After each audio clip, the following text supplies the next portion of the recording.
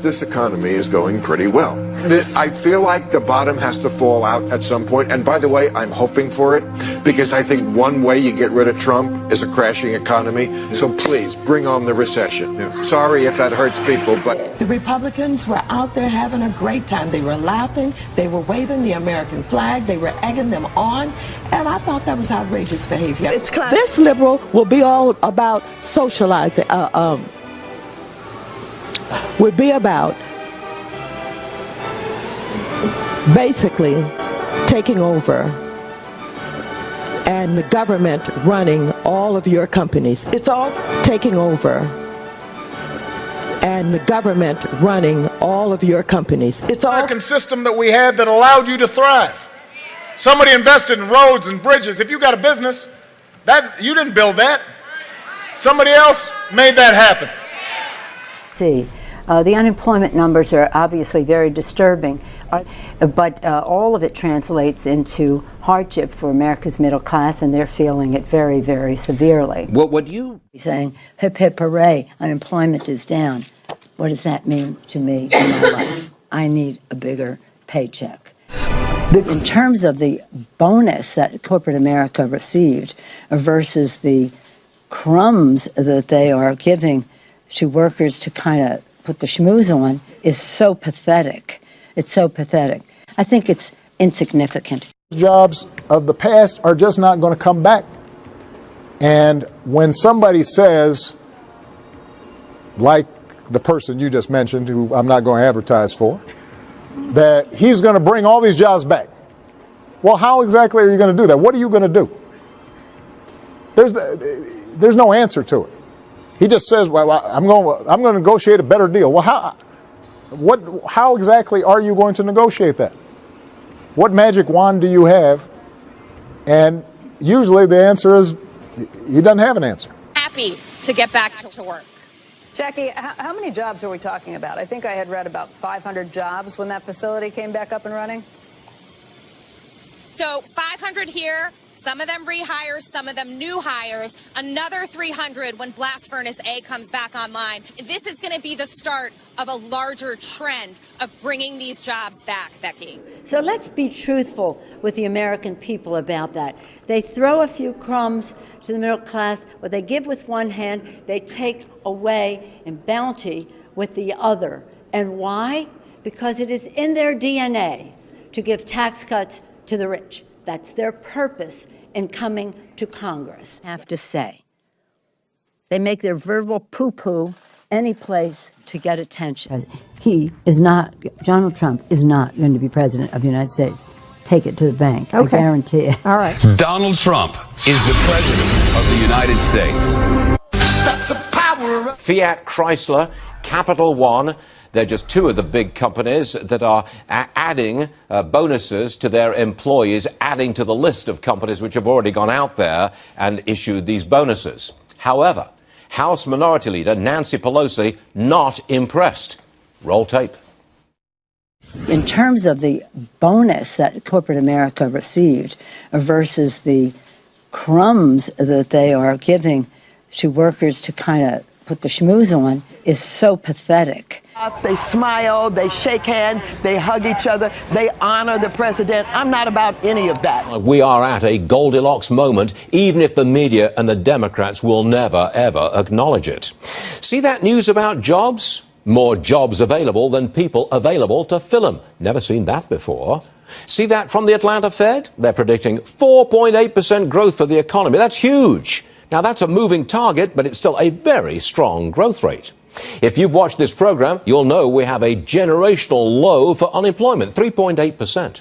An all-time low for African-American unemployment. That's historic. And, of course, a stock market that's gone from Dow 18,000 to Dow 25,000 in a year and a half. Wait, there's more. Median household income up $2,000 a year. Interest rates still low. Gas prices now retreating from $3 a gallon. It's not, can we please call it the Trump economy? Can we please give his tax cuts and deregulation the recognition and credit they deserve? If you think we'd be doing this well with Hillary Clinton as president and Nancy Pelosi as speaker, you are in Trump denial. Remember, Democrat Nancy Pelosi, now Cory Booker, slamming the Trump tax cuts. Here is what Nancy Pelosi is still saying. She's doubling it down. She's saying 86 million middle-class families will see a tax increase while the Republicans advertise it as a middle-class bill. There is a significant tax cut for 90% of Americans who pay taxes. And those are the IRS's numbers, 90%. So Nancy Pelosi and the Democrats in the House and the Senate all voted against your pay increase, your tax cut, because a tax cut is a pay increase. You get to keep more of your own money. They all voted against that. And then when she makes that case, but she has to lie because the truth is so devastating to the Democratic Party. They all voted against a tax cut for 90% of taxpayers. To what they are saying. What they are doing is dishonest in terms of telling the middle class they're getting a tax hike when in fact they're getting ripped off. It's dishonest when they say they're going to pay for itself. They're robbing the future. They're robbing the future, ripping off the middle class. And why? To reward their friends. Corporate America. Big tax break for corporate America at the expense of our veterans, our children, America's working families. This is really a disgrace. And so, would have thought they could have made the bill even less favorable to the middle class and more slanted towards the wealthy. But from what we're told, they're lowering the top rate from 39.6 to 37. That doesn't go to a single person who makes below about $300,000 a year. Only the top 1% will benefit from that change. On politics, it's a disaster for them. The public knows about this bill. They don't know all the details, but they smell what's going on, and that is tax cuts for the wealthiest, no help for so many in the middle class, and tax increases for a good portion of those in the middle class. Democrats have been fear-mongering for a while that the GOP plan will hurt the middle-class families of America. The Republican tax plan will be full of tricks for the middle class and full of treats for the wealthiest Americans. It's going to be a middle-class tax increase. a devastating and, in my view, immoral budget to fast-track their immoral tax plan to hand trillions to the wealthy while raising taxes on the middle class. Taxes will be raised on middle-class families across America. But a new Washington Post fact check gives the Democrats 4 Pinocchios on that saying, quote, Senate Democrats falsely claim GOP tax plan will raise taxes for most working class families. That's from the Washington Post. I do have some breaking news for you. The Labor Department and releasing the May jobs report just months ago, and Christine Romans joins us now with the numbers. Strong numbers, you guys. Another month of strong numbers. Stretch. 223,000 net new jobs created in the month of May. April was revised down a little bit, but I wouldn't get too worried about that. These are still strong numbers that show companies are hiring, and they're hiring kind of across the spectrum. The unemployment rate slipped down to 3.8%.